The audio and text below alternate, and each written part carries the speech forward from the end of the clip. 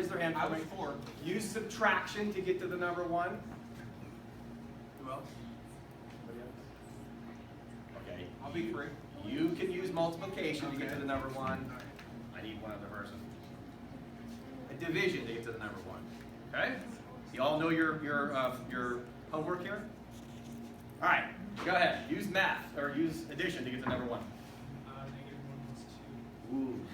Very good. Is that 1? Do we all agree? Is that 1? Yeah. All right. Next. Subtraction. 11 minus 10. 11 minus is 1. 10 gets to the number 1. All right. Excellent. Thank you. We all agree, right? Yeah. Next. 1 billion times 1. Oh, wouldn't it be? That would be a billion. 1 times 1. That'll work. 1 times 1. All right. And last. 2 divided by 2. Okay. Do we all agree?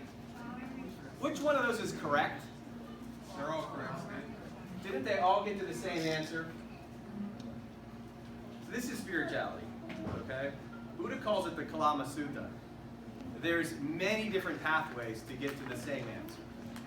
In this context, we're talking about the number 1. I'm going to go through the science of the oneness today. But the fact is, everybody just demonstrated a different way to get there. Now, aren't there an infinite number of ways using just mathematical equations to do that? Well, the Tao, if you're familiar with the Tao, in Chinese, the Tao is the path or the way. Where does the path or the way, where does it go? Where does it exist? Inside of each one of us. Okay? So each one of us actually is born with the truth inside you.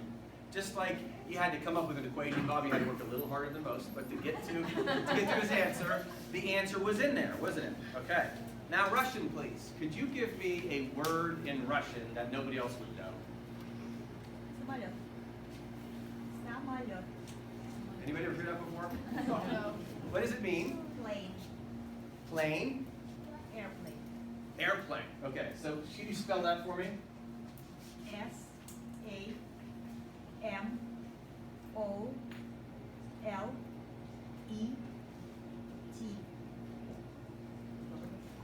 Samalek? Close. Okay, everybody say it, please. What does it mean? Airplane. All right. So go back 5 minutes. Did any of you know that word? But now you do. Did you know that word was already in your head before you had ever heard of it? See, we were already born with every word. You were born with every word in your head already. You know what? Teach language to a kid, they can pick it up pretty quick. You were born with that in your head. You just didn't uncover it till right now. They're over at CMU. They've run experiments on this kind of stuff called brain signatures. There's brain patterns. We all have the word hammer is in the same place in all of our brains, right? An igloo is in the same place. They can scan your brain, they can scan my brain. If we're both thinking of an igloo, the same part of the brain will light up. Samale was in your head also, and now, since we're all thinking of it, the exact same neurons that are lighting up in your brain. They can tell where you've been just based upon the neurons that light up in your brain. Any of you ever been in my living room? My wife back there, and then my mother's not right. Okay? If they scanned a picture of my living room and you looked at it, your brain pattern wouldn't light up. But those who've been in my living room, it would light up. They're doing this at CMU. It's pretty cool stuff called brain signatures. They've also found brain signatures for hypocrisy, compassion, love. And if you're feeling compassionate, you'll have the same set of neural patterns light up in your brain as the guy sitting next to you. So guess what that means? Words are already in your head. It's like we've become preloaded for this. Hope is a neural pattern in your head. Love, hypocrisy, all these things are preset in your head. The only question is, do you go find them? Okay? You know how many neurons in your head? 100 billion. They say there are as many potential connections in your head as there are atoms in the universe. Now for my book, I researched that for like an hour, okay? As many potential connections in your head as there are atoms in the universe. It's basically 100 billion to 100 billion. That's a huge number. But what does that mean? I could have asked for any word, and every word that's out there has to be already capable for you to think of. And every experience you've ever had has to already be in your head. And I'm going to go through this in a little bit. Why is this important? Because what we're going to be talking about tonight is something called truth found oftentimes in this, of the idea of spirituality. Max Planck, anybody ever hear of Max Planck? Is he a smart guy? He was Einstein's mentor. So if you're mentoring Einstein, you're a pretty smart guy, right? Max Planck says this: knowledge is not gained by any process of reasoning. It is a direct perception, and therefore, in its nature, akin to what we call faith. It is a metaphysical belief. We have revelations. 2 plus 2 when you were a baby. Did you know what that was? No, but eventually it came to you. You heard it enough, then all of a sudden, oh, I get that. What's the square root of 400? 20.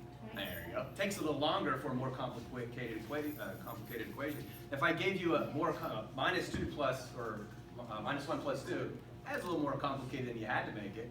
But could you come up with an extremely long, complicated equation to get to the number 1? Absolutely. It's there, though. All of us have this capability in our heads, preset. Now, this is why life comes across as a riddle. If you read the Bible, there's tons of descriptions in the Bible why life, why it's a parable, why Jesus spoke in a parable. In fact, it says he never spoke without a parable. Parable's like a riddle. When you don't know the answer to a riddle, how do you feel? Dumb, okay, that's fine. But there's like what's that? Uncomfortable. You want to know what it is. A little frustrated. I would call it like a splinter in your mind. You want to know the answer to that riddle, right? But when you get the answer to the riddle, what does it feel like? Relief. Okay? When you come across truth and something strikes you as truth, there's that feeling like, oh, that's the thing I was looking for. See, we're all born with this, and we're going to go through exactly how this is. So let me give you an example of a riddle. If you feed me, I will live. If you know this, don't yell it out. Okay? Make the person next to you think for a little bit. If you feed me, I will live. But if you give me a drink, I will die. What's that? You know the answer? If you feed me, I will live. But if you give me a drink, I will die. You know the answer? Go ahead. If you know the answer, it's fire. Fire! Get it? A little smarter than everybody else in the room here. Okay, get it? So you didn't know the answer. Now you know it. And you go, okay. All right. Now this is simple stuff. Let me give you a little bit harder one. If you know this answer, don't blurt it out. I would imagine everybody has a spiritual disposition. That's why we're all here, at least to some extent. If I said to you, will God forgive you? Will God forgive you? What's your automatic response? Everybody's saying yes. Is God going to forgive you? Yes. I'm going to tell you, he's never going to forgive you. Okay? God will never, ever, ever forgive you. I promise that. In about 10 seconds, you're going to agree with me. Okay? God won't forgive you. Now, who knows why? Because you don't need forgiveness? He's not mad at you. Okay? Now, that's forgiveness on the highest level. He doesn't need to forgive you. Now, doesn't your brain go a little bit, okay, I get that. Right? That's also truth. When we come across that type of truth inside our heads, inside our soul, if you will, you feel it. And it feels right to you. This is what Planck means by it's a direct perception. This is revelation. And this is what we're supposed to be doing in our pursuit of truth. Best advice ever given, seeking you shall find. So that's what we're going to do a lot of tonight. We're going to look through, we're going to talk about these 3 things in specific. Oneness, the illusion, and the hard problem of consciousness. Okay? So I'm going to start with a couple recent headlines. If you're like me, I'm always looking on Science Channel, Discovery Channel, stuff like that. I don't like mainstream media so much anymore these days. You won't see some of the stuff I like on mainstream media.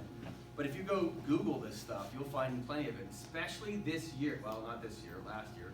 There was so much coming out almost every other day about the world being an illusion. Okay? Now, most people go, what? The world's an illusion? Well, I'm going to go through exactly why the smartest people ever say why it's an illusion. We're going to go through that. So here's some recent headlines.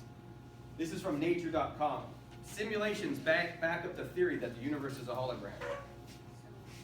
From Fermilab, which is a particle physics lab in Illinois. Do we live in a 2D hologram? Discover magazine says, do we live in a matrix? Here's a couple other headlines. Is reality an illusion? A scientist says we might be living in a computer simulation. Your entire life is an illusion. A new test backs up the theory that the world does not exist until you look at it. I'm going to go through that today. And this is my favorite one, just came out a couple months ago. Bank of America circulated an internal memo. Bank of America, does that sound like a fringe site, wackos group? Right? No. Bank of America circulated an internal memo amongst its employees. Headline, there's a 50% chance we're living in a matrix. Now, I think that's hilarious because business people would just put odds on things, right? 50%. They're hedging their bet. They don't want to be wrong, so they say 50%. But Business Insider reported on this. Now, it's becoming mainstream. I start the book with this idea. Go back 500 years, people used to think that the sun revolved around the earth. Why did they think that? Why did people think the sun revolved around the earth? Looks like it, right? And then along comes Copernicus and Galileo, about 100 years apart. And they suggest, I don't think it's going like that. I think the earth is revolving around the sun. What did they think of those guys?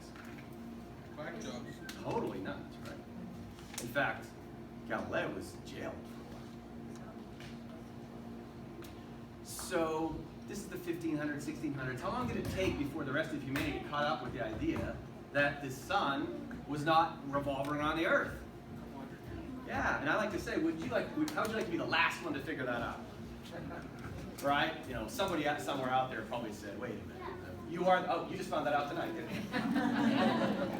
Galileo was the Catholic Church. Yes. Let him go on that in 1997. Yeah, that's right. Really? They let him off the hook. Right? A lot of good it doesn't now. But yeah, that's right. That's because they caught up with it. So the question is, this is back to the bleep, you mentioned the bleep. What are the things today that 500 years from now, people are going to look back at us and go, wait, how did they not know that?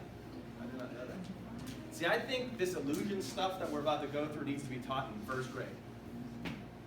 Now, why do we need that? This changes everything. Once you understand what we're about to go through, it's a total game changer.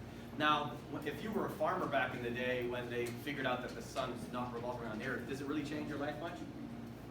But the physics and the spirituality of what I'm about to go through is life-changing, totally. And this needs to be taught in first grade. So we're going to make sure we're doing it here, and then we're going to walk through it here